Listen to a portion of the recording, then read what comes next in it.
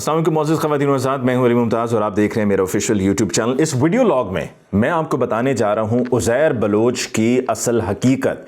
जी हाँ, वही उज़ैर बलोच के जिसका नाम लिया जाता रहा है सन 2011 में, सन 2012 में, बल्कि सन 2010 में भी, और एक खौफ की अलामत था उज़ैर बलोच। और जब भी बात होती थी लियारी की तो लोग वहाँ पर जाने से पहले एक बार नहीं 1000 बार सोचते थे कि क्या लियारी जाना भी चाहिए या नहीं जाना चाहिए, क्योंकि लियारी जाना और वो भी बग़ैर किसी सेटिंग के जाना अपने आप को मुसीबत में डालने वाली बात थी और ख़तरे से खाली मामला नहीं था। और कई मरतबा तो अगर ये भी कुछ सोचे और कहे कि जी जा तो रहे हैं पर वापस आएंगे या नहीं आएंगे, तो उस सोच में भी कुछ गलत नहीं था, क्योंकि ये हकीकत भी थी। मुझे याद है कि सन 2010 में पहली बार लियारी मुझे जाने का इत्तफ़ाक़ हुआ, और तब भी जब हमने लियारी जाना था एक प्रोग्राम की रिकॉर्डिंग के लिए, तो यही कहा गया कि जी पहले ज़रा मामलात डिस्कस करके, सारे मामलात तय करके फिर उसके बाद जाना होगा, ऐसे जाना मुनासिब नहीं है, नामुनासिब है।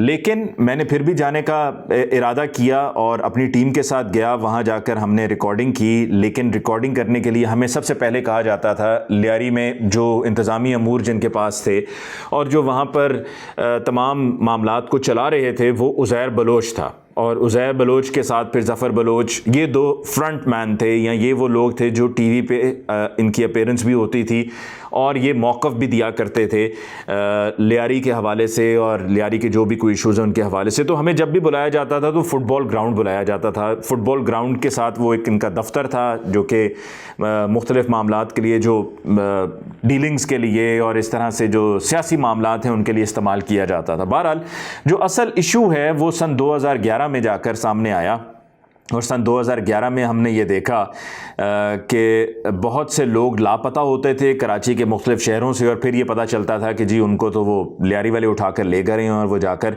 उनको लियारी में रखा जा रहा है। लियारी में रहने वाले जितने भी लोग हैं वो पुरअमन लोग हैं। ऐसा नहीं है कि वो दंगा फसाद में यकीन रखते हैं या लूट मार में यकीन रखते हैं या लोगों को पकड़ के ला के उनके टुकड़े करके उनको इस तरह से वापस भिजवाने में यकीन रखते हैं।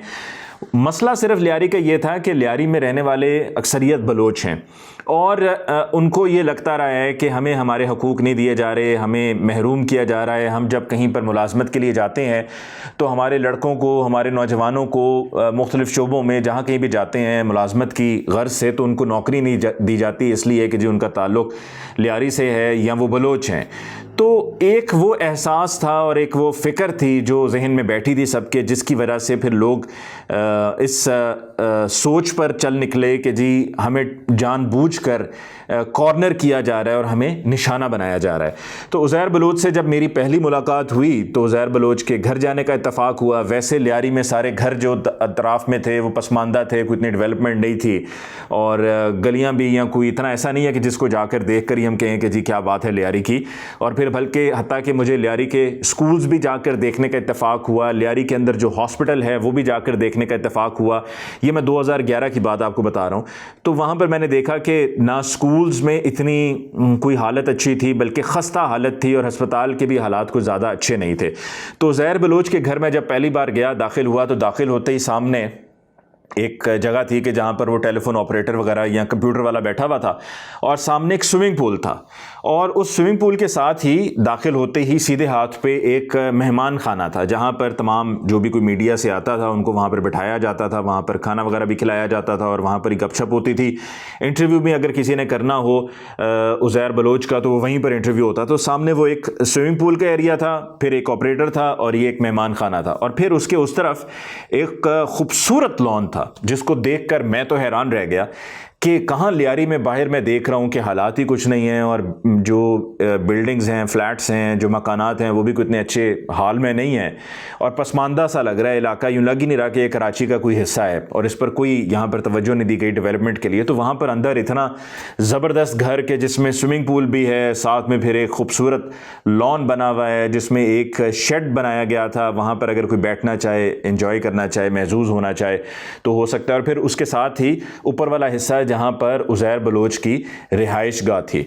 अच्छा, फिर वहां पर जब चूंकि हम रिकॉर्डिंग के लिए जाते रहे तो ये मुझे मालूम हो गया कि वहां पर इनके साथ बात करके ही जाया जा सकता है, वरना तो आपके लिए बहुत मसले मसाइल हो जाएंगे। और हम वहाँ पर लियारी में अगर जब भी जाते रहे हैं तो पहले से बात करके उनके साथ वक्त का तयन करके जाते रहे हैं, वरना अगर हम वैसे जाते रहते हैं तो मीडिया को वहाँ पर कई मरतबा कई मुश्किलात का भी सामना करना पड़ा है, कि जिसमें मीडिया की गाड़ी पे पथराव भी हुआ है और फिर वहाँ से गाड़ियाँ भगा के लोगों को वापस आना पड़ा है। लियारी में जो जगह जिसको लियारी की पहचान कहा जाता था, एक तो 8 चौक है जिसमें आपके चारों तरफ रास्ते निकलते हैं, उसके अलावा चील चौक है। तो हम अक्सर प्रोग्राम के आगाज़ में हम चील चौक से आगाज़ किया करते थे, या फिर हम दूसरी तरफ जाकर वहाँ पर जहाँ पर ये सारे चौक थे हम वहाँ से जाके प्रोग्राम का आगाज़ करते थे। और फिर पहले ज़ाहिर सी बात है कि वहाँ पर वो जो फुटबॉल ग्राउंड वाला दफ्तर है वहाँ पर जाना ही होता था। मेरी वहाँ पर जब मैं जाता रहा हूँ उज़ैर बलोच के इंटरव्यू के लिए और वहाँ पर उन इलाकों को देखने के लिए, तो और वहाँ के लोगों से बात करने के लिए, जानने के लिए कि उनकी क्या राय है, कि क्या उनके बारे में जो शहर भर में सोचा जाता है, समझा जाता है, क्या वो ठीक है या नहीं, और उनकी क्या ज़रूरत है, क्या उनके मुतालबात हैं। तो उज़ैर बलोच के पास बैठे बैठे मेरी बाबा लाडला से भी मुलाकात हुई, जो कि अब कत्ल हो चुका है। फिर जाहिद लाडला, बाबा लाडला का भाई, वो भी वहीं पर होता था। और नेटवर्क उनका कितना स्ट्रॉन्ग है ये भी मैं आपको भी कुछ देर में बताऊंगा, कि जब उज़ैर बलोच गिरफ़्तार हो गया, बाबा लाडला गायब था, जाहिद लाडला गायब था, तो फिर भी इनका नेटवर्क कितना स्ट्रॉन्ग था ये भी मैं आपको बताऊंगा। और ये कुछ साल गुजर जाने के बाद की बात है कि जब ये सब गायब हुए और यहाँ कोई गिरफ़्तार हो गया, तो वहीं पर बाबा लाडला से मुलाकात हुई। मैंने देखा कि बाबा लाडला उज़ैर बलोच को कोई ज़्यादा खातिर में नहीं ला रहा था, जिससे मुझे ये पता चल रहा था कि बाबा लाडला की एक अपनी पोजीशन है और एक अपनी अकड़ है उसकी, और वो किसी को कुछ समझता नहीं है और उज़ैर बलोच को भी कुछ नहीं समझता। और वहाँ पर मुझे ये भी अंदाज़ा होना शुरू हो गया कि उज़ैर बलोच एक फ्रंट मैन है जिसको फ्रंट पे रखा गया है, क्योंकि उसको बात करनी आती है और इस तरह से सारे मामलात हैं। तो बाबा लाडला ज़रा असलहे वाला आदमी था, मार धाड़ वाला आदमी था, और इस तरह की वो चीज़ों में मुलव्वस रहा है। जाहिद लाडला उसका भाई जो है वो भी कुछ ऐसे ही मामलात में इन्वॉल्व रहा है। फिर एक ताजू उस्ताद, जिसके पास चील चौक के साथ वाला जो इलाका था वो ताजू उस्ताद के पास था। ताजू उस्ताद से भी जब मेरी मुलाकात हुई, और ये भी उनके जंगजुओं में से एक था, उज़ैर बलोच के अंडर जो काम कर रहे थे, बज़ाहिर काम कर रहे थे। बाबा लाडला तो मैंने जैसा कि कहा, मुझे लगता है कि वो कंट्रोल में नहीं था आदमी, वो अपनी मर्ज़ी से चलता था। ताजू उस्ताद से मेरी मुलाकात हुई, शलवार टखनों से ऊपर, और बहुत ही डाउन टू अर्थ एक अंदाज़ था उनका कि जी मैं बहुत ही सीधा सादा सा आदमी। और उज़ैर बलोच की मैंने इज़्ज़त भी करते हुए देखा, बल्कि जब वहाँ पर खाने की मेज़ पर प्लेट्स वगैरह रखी जा रही थी तो वो ताजू उस्ताद ने आगे बढ़कर ख़ुद जो है वो किया। और फिर बल्कि मुझे एक दफ़ा कहा भी कि हम कई मरतबा लाहौर भी आया है अली भाई। मैंने कहा लाहौर कैसे आना हुआ? तो उन्होंने कहा जी हम इज्तिमा पर गया था एक बार, तो इस तरह से हमें लाहौर भी आने का इत्तफ़ाक़ हुआ। ये सारे वो मामलात थे जो मैंने वहाँ पर देखे। और फिर इसी दौरान मैं एक दफ़ा उज़ैर बलोच का इंटरव्यू भी करने के लिए जा रहा था। उस वक्त जिस इदारे में मैं था उसमें सिर्फ मुझे पता था, मेरी टीम के मेंबर्स को पता था कि जी मैं यूँ इंटरव्यू करने के लिए जा रहा हूँ। तो मुझे MQM से वासे जलील की कॉल आई, और ये वो मामलात थे, ये वो हालात थे कि जब लड़ाई झगड़ा मुत्तहदा का और इनका उरूज पर था, पीक पर था। तो मुझे वासे जलील की MQM से कॉल आई। उन्होंने कहा कि आप अली भाई कहाँ जा रहे हैं, आप किसका इंटरव्यू करने जा रहे हैं? मैंने कहा जी बल्कि उससे मैंने इंटरव्यू कर लिया था, तो उनको इतला मिली कि मैंने इंटरव्यू कर लिया है। तो मुझे फ़ोन आया, तो मैंने उनसे कहा, मैंने कहा जी हम देख लेंगे, कोई भी बात अगर ऐसी नामुनासिब होगी तो हम एडिट कर लेंगे और कट शॉट कर लेंगे। वो हमने खैर जो देखा अपने हिसाब से देखा कि जो चीज़ रखनी चाहिए थी हमने रखी, जो चीज़ वैसे भी हमने एडिट करनी थी हमने की। तो करने के बाद अगले ही रोज़ मुझे फिर वासे जलील की कॉल आई जब वो प्रोग्राम नशर हुआ कि आपने कैसे उसको चला दिया, आपने तो कहा था हम कट शॉट करेंगे। तो मैंने उनसे कहा वासे भाई शायद आपकी डेफिनेशन कट शॉट की कुछ और होगी, हमारी तो ये था कि हम एडिट कर देंगे और एडिट करके हम उसको फिर देख लेंगे जो भी कोई नामुनासिब चीज़ होगी। और हमने फिर अपने हिसाब से अपनी एडिटोरियल पॉलिसी को देखते हुए हमने चलाया। खैर उस पर उन्होंने नाराज़गी का इजहार किया। लेकिन फिर उसके बाद जब उज़ैर बलोच वगैरह सब गायब हो गए थे तो ज़फ़र बलोच को भी बाद में फिर कत्ल कर दिया गया। और ज़फ़र बलोच के कत्ल से तकरीबन 1 हफ़्ता पहले ही मेरी ज़फ़र बलोच से मुलाकात भी हुई थी। 10 दिन पहले मुलाकात हुई थी। हमने जाकर लियारी में मुख्तलिफ़ इलाकों में जाकर रिकॉर्डिंग की, एक ढाबे पे बैठ के भी हमने रिकॉर्डिंग की।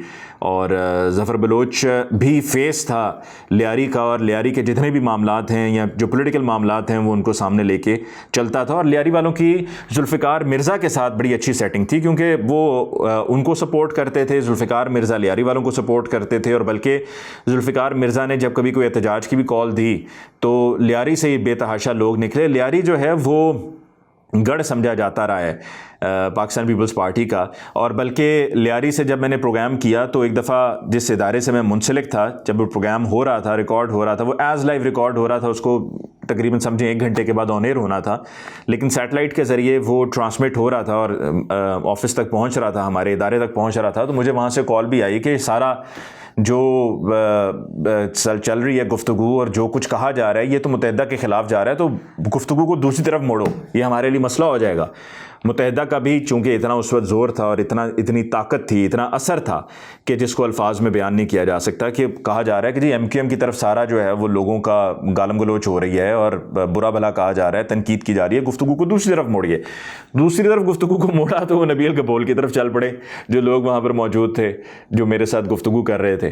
तो वो करने के नतीजे में फिर नबील कबूल साहब को भी मुझे बाद में मैसेज आया और नबील कबूल साहब ने भी कहा कि जी आपने तो इस तरह से किया, वो किया, और मुझे फिर उन्होंने बुरा भला भी कहा, लेकिन मैंने उनसे कहा जी मैं क्या करता, मैं मजबूर था। तो मैंने दूसरी तरफ जब गुफ्तगू मोड़ी तो फिर वो सारा जो है वो आप पर शुरू हो गई तनकीद करना।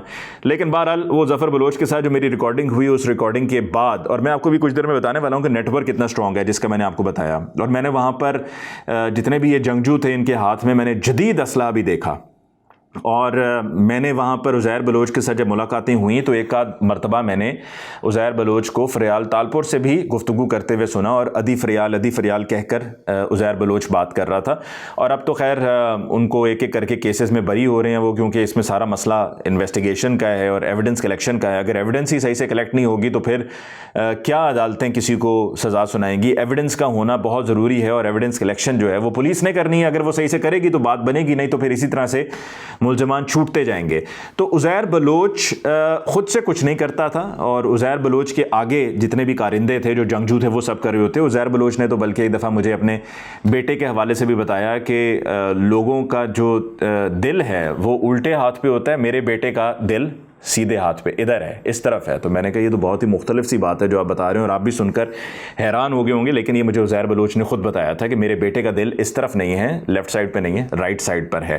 तो ज़फ़र बलोच के साथ मैं ताजू उस्ताद की तरफ गया, और ताजू उस्ताद का पता चला उस वक्त कि जी ताजू उस्ताद नमाज़ पढ़ने के लिए गए हुए हैं, नमाज़ पढ़ कर वापस आएंगे तो मुलाकात होगी। फिर उनके वो जो एक डेरा सा था ताजू उस्ताद का, मैं वहाँ गया, बाहर पाकिस्तान का झंडा, अंदर बाकायदा एक कमरा जिसमें सदर पाकिस्तान की तस्वीर, आर्मी चीफ़ की तस्वीर, और उससे ये तासुर दिया जा रहा है कि हम तो बहुत मुहिब वतन पाकिस्तानी हैं और हम तो कानून को मानते हैं, समझते हैं, और पाक फ़ौज जिंदाबाद, आर्मी चीफ़ जिंदाबाद के नारे भी वहाँ पर दीवारों पर लिखे हुए थे। और वहाँ पर बाकायदा एक असेंबली के लिए एक जगह बनी हुई थी, एक स्टेज सा बना हुआ था।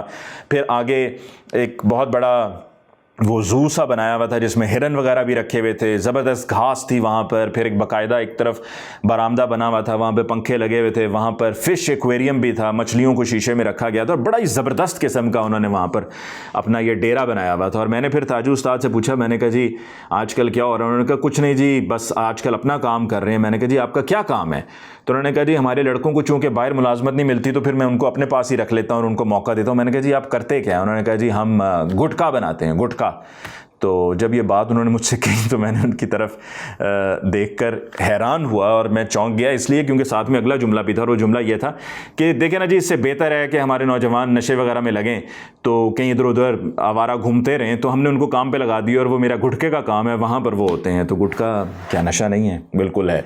तो ताजू उस्ताद भी खैर अब लियारी छोड़कर इतलात के मुताबिक साउथ अफ्रीका जा चुका है, और साउथ अफ्रीका में लियारी और दूसरी तरफ ये ताजू उस्ताद ने बताया था कि वहाँ पर हमारा अच्छा खासा मुकाबला चलता है MQM के साथ, क्योंकि MQM की भी साउथ अफ्रीका में बड़ी प्रेजेंस है, और इसी तरह से लियारी से भी जो भागे हुए लोग हैं ये भी वहाँ पर मौजूद हैं। तो वहाँ पर इनकी आपस में जो है जंग चलती रहती है। तो इनका नेटवर्क कैसा स्ट्रॉन्ग है ये मैं अब आपको आखिर में बताता हूँ कि ये सारे मामलात के बाद कि जब ज़फ़र बलोच कत्ल हो गया, इतलात यही मिली कि बाबा लाडला ने कत्ल करवाया ज़फ़र, और दूसरी तरफ उज़ैर बलोच गायब था, ईरान चला गया था, फिर उसके बाद पकड़ा भी गया। तो वहाँ पर इलाके में कंट्रोल बाबा लाडला और जाहिद लाडला का ही चल रहा था। तो मैं जब गया तो मैंने जाकर कहा कि मैंने रिकॉर्डिंग करनी है, लोगों से मुलाकात करनी है, गपशप करनी है, तो मुझे उसके लिए लोगों से मिलवाया जाए। तो मुझे कहा गया कि आप रुकिए, और कुछ देर के बाद आकर जो है वो मुझे मेरी मुकम्मल तफसील बताएगी कि ये आपकी तस्वीर है, ये आपकी सारा आपका नाम है, आपकी ये सारी आइडेंटिटी है, और आपने तो फ़लाँ प्रोग्राम जो है वो हमारे ख़िलाफ़ किया था, और आप लाहौर से ही आए हैं ना? मैं कि जी मैं लाहौर से हैं? उन्होंने कहा हाँ जी लाहौर से ही बिल्कुल आए थे आप। तो मैंने फिर उनको वजाहत देने की कोशिश की और मेरे साथ जो टीम थी वो भी घबरा गई कि ये तो काम ख़राब है, ये तो इन्होंने पूरी रैकी की हुई है और ट्रैकिंग की हुई है। तो मैंने खैर उनको समझाया और मैंने उनको बताया कि आप किसी और के साथ इसको मिक्स कर रहे हैं, वो कोई और थे, मैं कोई और हूँ, वो इदारा भी कोई और था, ये देखें इदारा भी कोई और है कि जिसके लिए हम आकर आपसे बात कर रहे हैं, तो वो आप उसको मिक्स कर रहे हैं। लेकिन उनकी जो इन्फॉर्मेशन थी वो इन्फॉर्मेशन बहुत पक्की थी और उनके पास सारी तफसील मेरे हवाले से मौजूद थी। और मैंने वहाँ पर दाएं बाएं देखा भी कि लोग भी रैकी कर रहे हैं और ऐसे ऐसे लोग जो कि देखकर अंदाज़ा हो रहा था कि मामला कुछ गड़बड़ है, वो भी हमें वहाँ पर दिखाई दे रहे थे। तो उज़ैर बलोच और लियारी के ये सारे मामला जो किस्से आपने सुने, जिसमें मरहूम चौधरी असलम के साथ भी एक जंग छिड़ी लियारी में और वहाँ से बम भी फेंके जाते रहे, हैंड ग्रेनेड्स यूज़ हो रहे हैं, ऑटोमेटिक वेपन्स यूज़ हो रहे हैं, एवान जो बम है वो फेंके जा रहे हैं, ये सब बातें दुरुस्त हैं क्योंकि मैंने सब वहाँ पर ये देखा हुआ है, अपनी आंखों से देखा हुआ है।